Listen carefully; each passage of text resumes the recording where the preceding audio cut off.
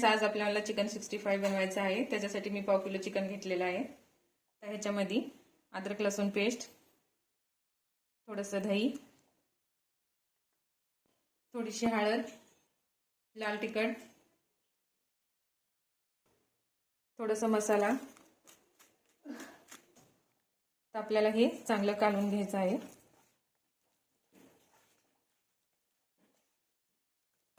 आता आपल्याला हे 10 मिनिटं झाकून ठेवायचं आहे।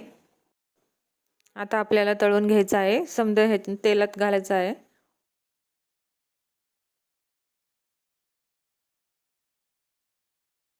आपल्याला आता हलवून घ्यायचं आहे। कडक तळून घ्यायचं आहे। आता बघू शकता किती मस्त कलर आलेला आहे।